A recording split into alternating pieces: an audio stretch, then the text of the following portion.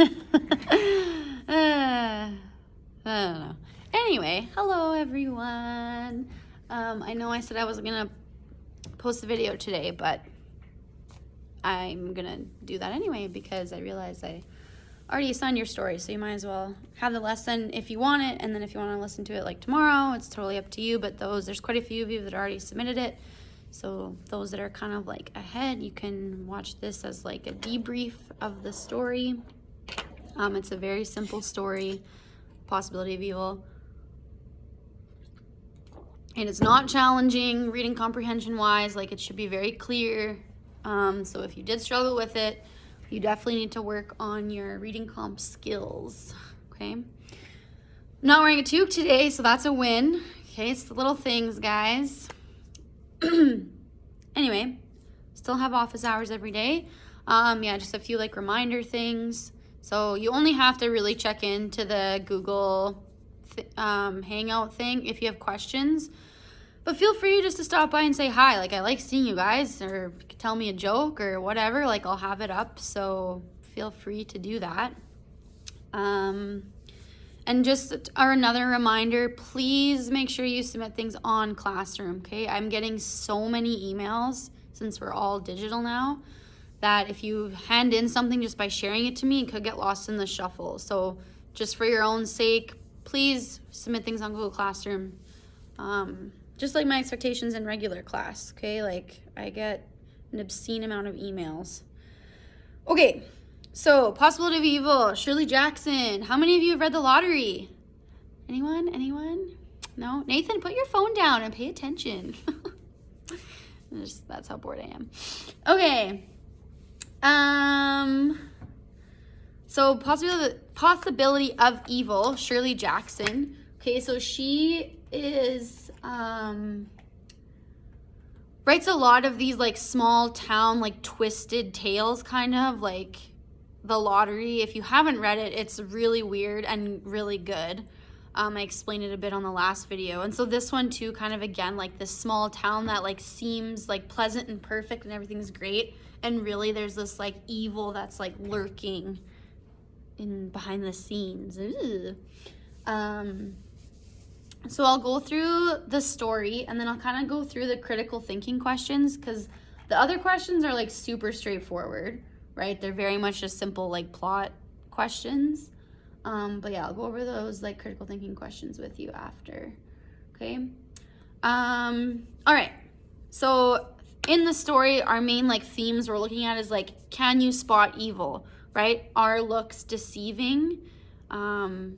Or can appearances be deceiving, right? Like, if I showed you a picture of like an elderly Caucasian woman versus maybe like a Hispanic tattooed male, and asked you like, which one has a criminal record, right? Like, people are gonna lean towards the Hispanic male with the tattoos because he's like, oh, he looks rough and tumble, maybe he's in a gang, he's from LA, da-da-da. And then maybe the white woman's Martha Stewart, who served time in federal prison, right? So like, just not judging people based on their appearances is always the best thing to do. Give everyone a chance. Okay, and we also just look at like the setting, right? How small towns can kind of be like, fall more maybe victim to like this type of like mentality of like nosiness, or people like butting into other people's business. Like, we all know that that's a thing. We live in one, right? And I've lived in a town smaller than this, and it's like, it gets worse the smaller it gets. Okay, so, I mean, I have my like paper copy, obviously, but it starts off like setting, right? You're in Main Street. It's this fresh, bright little town. Everything's like la la la la la, so fabulous. And then you can see that Miss Strangeworth, like enjoys her community. Like, there's nothing like a fresh, fragrant summer day. She's walking along, and how she's described, right? It's like she's lived there her whole life. She's 71. She feels like the town belongs to her. So she's very possessive over the town, right? Like, it's hers. Like, she feels a sense of like, this is my place and I'm going to like protect it. Her family's lived there for 100 years. Like her grandmother planted the roses, her mother tended them. She's always bringing up like her family, right? Her grandmother, her grandfather, her mother, her father. She's very, that's the prevalent idea in her mind, is like keeping that tradition going. She's all about like keeping that going. She's a Strangeworth and she has something to uphold in this community. And the roses are obviously a very heavy symbol, right? So she appreciates the roses, what they stand for, like her family's pedigree almost, right? That they have this class that they need to uphold, okay? So again, yeah, like her saying there should have been a statue of her grandfather in the town. There wouldn't even be a town here at all if it wasn't for her grandfather.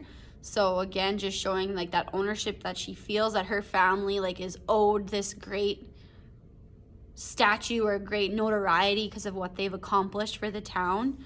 And then she says that she never gives any of her roses away, not to tourists, not even for the church for an event. Like she only keeps the roses in her own home.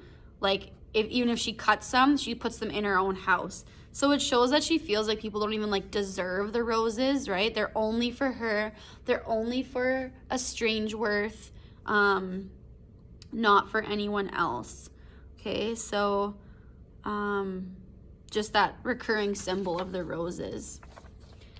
And just halfway through like page 2 there, when she's saying like people like admire her in the town, or like when she's walking down the aisles of the grocery store, everyone turns and is like, hello, hello. Like she's almost like an idol in the town. People make an effort to like say hi to her and like appreciate her. And then even the formality with Mr. Lewis, as soon as like he left school and worked at the grocery store, he became Mr. Lewis, right? And she's not, they don't use any first names anymore, right? So almost like creating that class again too, that she's like, I'm Miss Strangeworth now, like creating that distance between them, as it describes like they used to be friends, they used to do things together, but now they don't because they're adults and she's a Strangeworth. Oh la la. Okay, definitely her character is very like observant.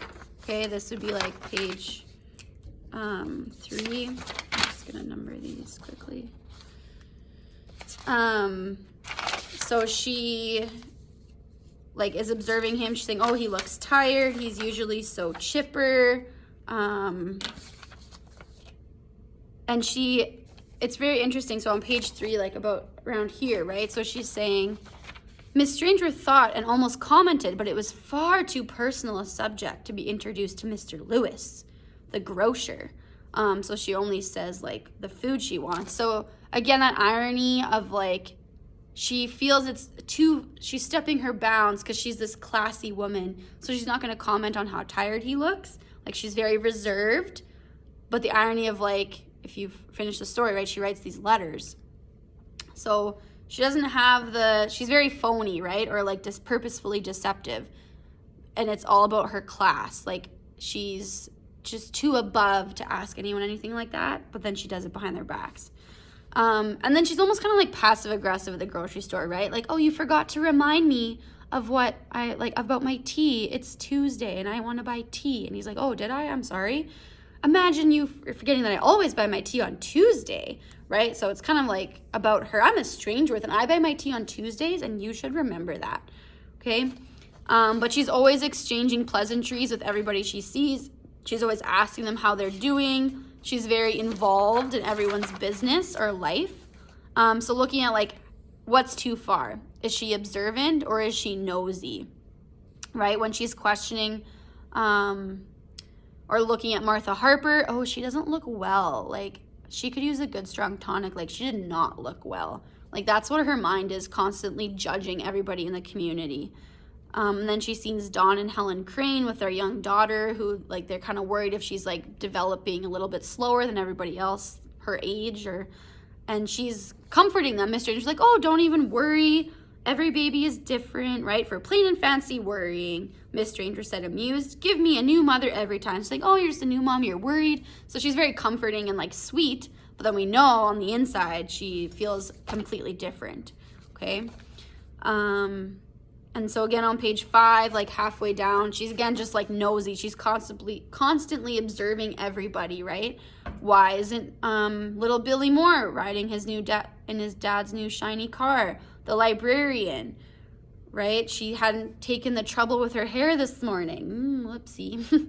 Right? But Miss Strangeworth hated sloppiness. So again, she's creating that image of herself, or we see that character development of she's a classy woman, right? She is above everything, kind of like, ha ha ha, right? And I cannot believe you didn't put that effort into your hair. Diddle-diddle. I mean, you should see us teachers around here at school right now. There's not a lot of effort going on, okay? But yeah, so on page 5 too, right, she's saying many people seem disturbed recently, right? Linda, 15-year-old Linda, running crying, not caring who saw her. So again, that classlessness of like, if you are gonna like cry in public, like, oh, for shame, keep your emotions to yourself, don't let anybody see you. On the outside, it should be all like happy, right? So she's cannot believe that this girl's running around crying and showing her drama to everybody. And then she's sighing over the problems of trying to raise kids these days, right? But doesn't have any kids herself. So really, how can she have an opinion? That just, again, shows, like, her personality, right? Like, she thinks she's above or knows everything. The bottom of page 5, she, like, starts to smell her roses, and that makes her, like, walk faster. Like, she is so devoted to her home and cares so much about it that once she picks up that scent, she's like, oh, I can't wait to be there. Like, it says, like, she looked with deep pleasure at her house. Okay, and then the red and the white and the pink roses, the imagery, right? I put green for setting, but you could also do, like, imagery of, like, how the house is explained. Like, it's sparkled, it's whitewashed look, the curtains hung, it's swept clear, it's so tidy. Like, that's her whole life. She lives for this house and making it perfect. And everyone wonders, like, how does she keep it so, like, polished and clean? And it says, like, good for theme, right? On page 6, it would be. She says that, but the town was proud of Miss Strangeworth and her roses and her house. They had all grown together. So the town does, like, adore her, or, like, look to her. She's kind of a symbol for the town, too, of, like, what it is and its history. But they don't sense any evil from her, right? Like, they're just like, oh, it's Miss Strangeworth. Like, hello. She has that house with the roses, da-da-da. Okay? And so, again, with the house, right, her mother and grandmother had their hands, like, tended the roses, covered the chairs, hung the curtains, made the rugs. So, again, following in that footsteps of family, that pedigree of her family that she's trying to uphold. And then the symbol of the roses, right? She put a bowl of them on the low table of the window, and the room was full of their scent. So again, she's the only one that gets to really enjoy the roses because they're hers and they're her family's and diddle-diddle. Okay, so the bottom of page 6, we see her start to write these letters, these other letters. So she has her own, like, stationery that's Strangeworth House stationery that's, like, professional, but she writes these other letters on very, like, common paper that everyone uses. So a great word to describe Miss Strangeworth would be methodical, right? She's so planned out. Every day is planned out. She knows exactly what she's going to do, what she's going to eat, her evening walks. Like, there's no uproar or, like, adventure in her life. It's very scheduled and methodical. Okay, so, like, the top of page 7, she's being deceptive, right? She's hiding her identity with this common paper. So paper that everyone buys at the store that uses for their grocery list, whatever, everyone has a pad of it. So she's able to hide who she is. And instead of using her fancy pen, right, her trimmed quill pen, which belonged to her grandfather, and a gold frost and fountain pen, which belonged to her father. So again, that pedigree of family, she's using a pencil, like a dull stub pencil. So to hide, again, the truth, right? Because she knows, so that tells us that she knows it's wrong, or she doesn't want to be associated with it because it's trash, but then it's like, you're still doing it. Like, she doesn't see the irony of her own actions, right? And the things that she writes are so incredibly cruel, right? Calling that baby the crane baby. Have you ever seen an idiot child before? Some people shouldn't have children, should they? How? Like, cruel, right? Like, so again, that looks can be deceiving. She's a sweet old lady, but she's being incredibly mean to these parents. And And then again, like halfway through page 7, like she's so type A and methodical. Like she was pleased with the letters. She was fond of doing things exactly right. When she made a mistake, as she sometimes did, or when the letters were not spaced nicely on the page, she had to take the discarded page to the kitchen stove and burn it at once. Miss Strangeworth never delayed when things had to be done. So again, she's very planned out, methodical, making sure things get done. Okay?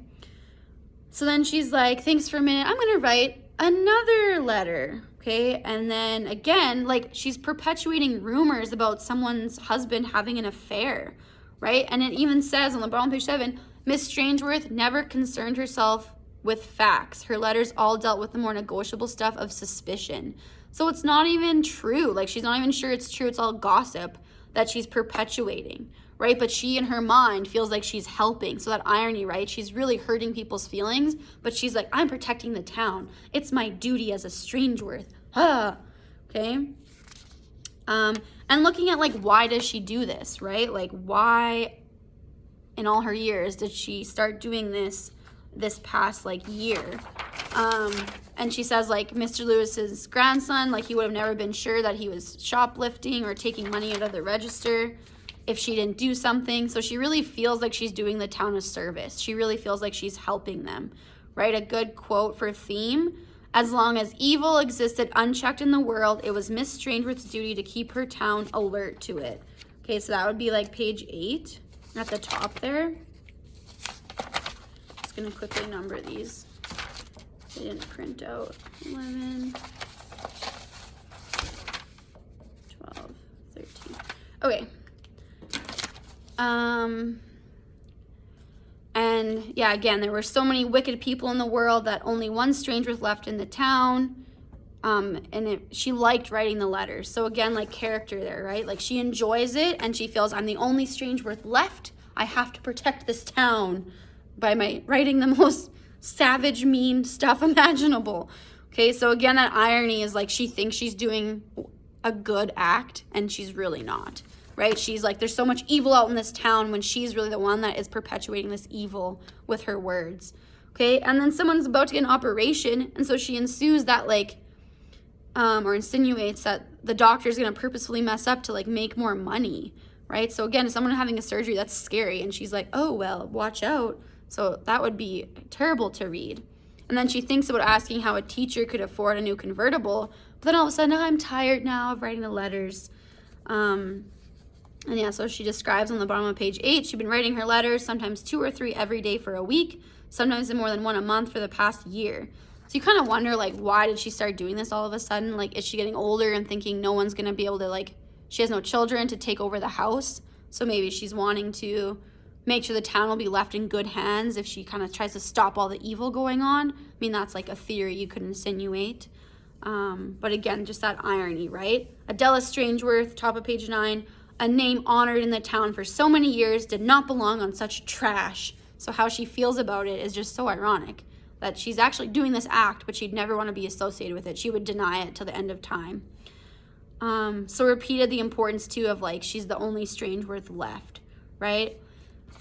For theme for sure on the top of page 9. The town where she lived had to be kept clean and sweet, but people everywhere were lustful and evil and degraded and needed to be watched. The world was so large and there was only one Strangeworth left in it. So again, she feels like it's her duty.